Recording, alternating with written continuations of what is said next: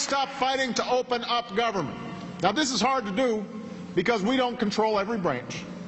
But I can tell you, we have put in place the toughest ethics laws and toughest transparency rules of any administration in history. In history. The Obama administration, now beset by 3 separate major scandals, lists as follows, with a 4th and arguably many others like Fast and Furious sit on the back burner somewhere. Benghazi gun running to Syria and the subsequent deaths of 4 Americans, the IRS targeting and intimidating conservative groups, and now Eric Holder's newest imbroglio since Fast and Furious, spying on the Associated Press. What we are witnessing is nothing less than the dramatic reversal of the nation's political narrative, writes Stu Rothenberg of Roll Call. I might agree if that narrative, land of the free ostensibly, held any weight, say since World War I and the inception of America's Black Chamber, the National Security Agency, NSA. I mention the NSA because while it was recently revealed that the Department of Justice secretly subpoenaed phone records from the Associated Press, and the FBI 3 years prior was cited by the DOJ's Inspector General for obtaining phone records from the Washington Post and the New York Times in similar fashion under another president, Republican George W. Bush, the NSA and its various predecessors since 1919 have regularly broken and circumvented law meant to protect U.S. citizens from the prying eyes and sticky fingers of big government. The NSA, since Obama took office, along with most other executive organs and big government in general, has only grown stronger and more sophisticated. The following is an excerpt from RT's interview with whistleblower William Binney, a 30-year veteran of the National Security Agency. FBI has access to the data collected, which is basically the emails of virtually everybody in the country, and the FBI has access to it. All the congressional members are on the surveillance too. It's not, no one's excluded. They're all included. So yes, this can happen to anyone if they become a target for whatever reason.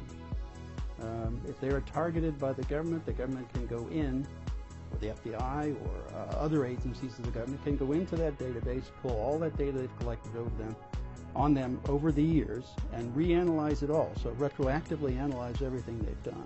The central government defines what is right and wrong and whether or not they target you. So it's not up to the individual. They're violating the foundation of this entire country, our entire foundation of why this entire government was formed. It's founded with the Constitution and the rights given to the people in the country under that Constitution. Now, this story that not only journalists, but everyone and every bite of information crossing American wires is being data mined and stored forever in bottomless memory banks in Bluffdale, Utah, while popular in alternative media and tech circles, was almost unheard of in the mainstream. And while the media abhorred George W. Bush's warrantless wiretaps, the Obama administration continued and in fact added to the buffet of questionable practices. The media, along with the anti-war left, fell relatively silent after Obama's election.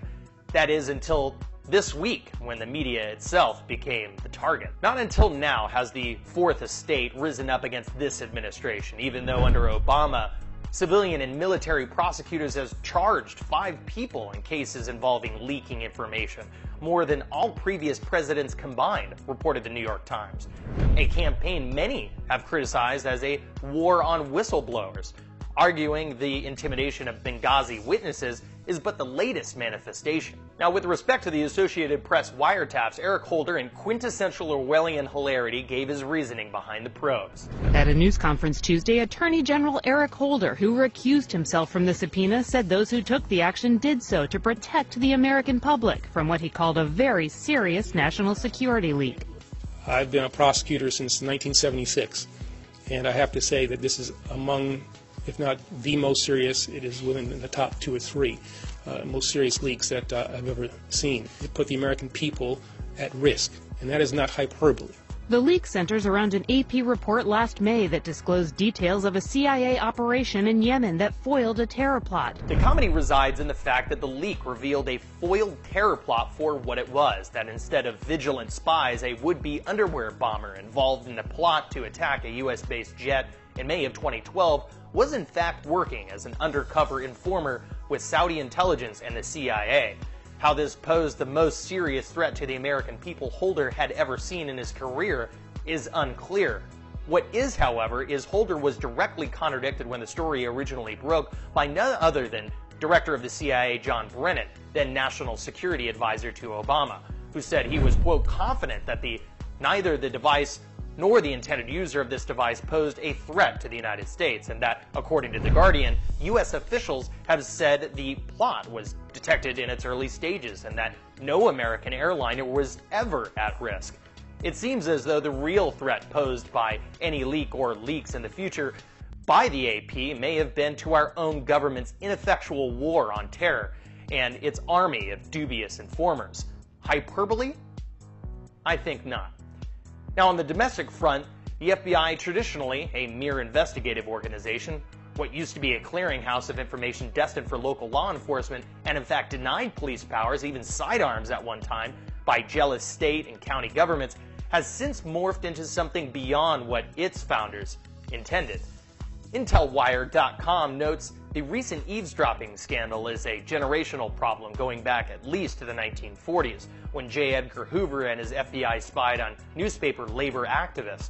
The agency's effort to monitor domestic subversion, in collusion oddly enough with journalists themselves at times, eventually evolved into the Red Scare of the 1950s. Beginning in 1956 until 1971, albeit many argue it continues in many ways today, COINTELPRO, the FBI's counterintelligence program, targeted numerous domestic activist groups feared to be the next wave of subversive agents.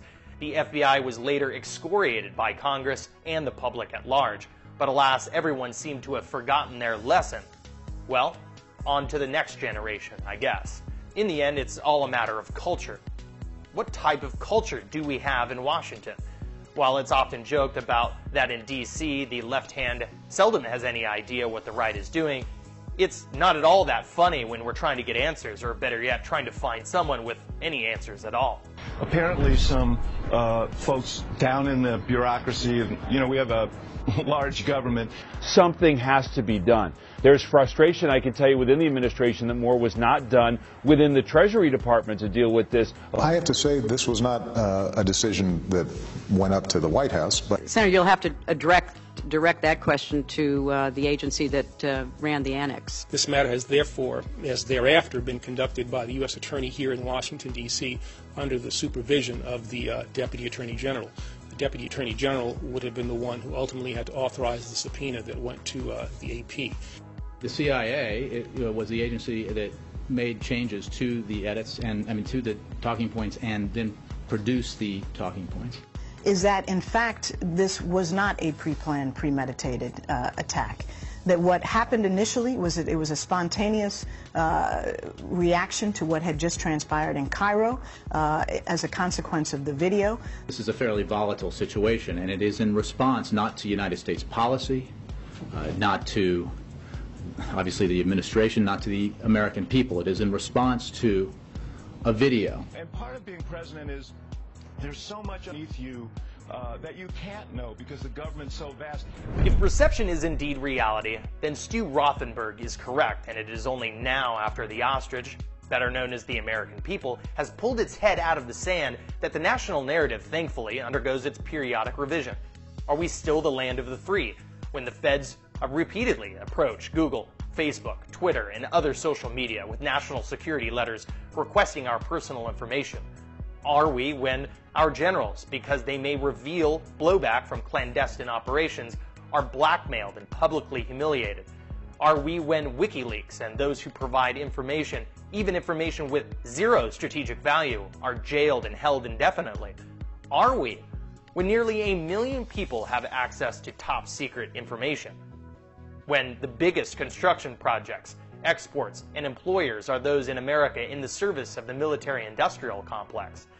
Are we when our National Revenue Service will by next year be inextricably linked to our very health? Are we when the same agency attempts to target and by default defund the very conservative voices calling for its reform or outright abolition? For Republicans, you could call it Scandaltopia, and a chance to start grinding down the remainder of President Obama's tenure to a near standstill, a lame duck or at least something slower than old Barry-O has ever seen since his days of Hawaiian roof hits. But to reduce these events to a particular party, politician, ideology, or any given administration, to limit and politicize this debate and forget our national history replete with similar scandals, and to forget how we allowed our government to even arrive at this destination in the first place, to forget we provided it every opportunity to do so, is tantamount to preventing us from redressal and restricting the very free speech our national narrative professes to protect and espouse. Capturing every corner of the alternative media, watch AMTV News Monday through Friday. Follow me on Twitter at AMTV News and like us on Facebook at Greenwave TV. Find my source material and more videos like these at AMTV Media and greenwave.com. Both are part of the AMTV network. This is AMTV, the voice of independence.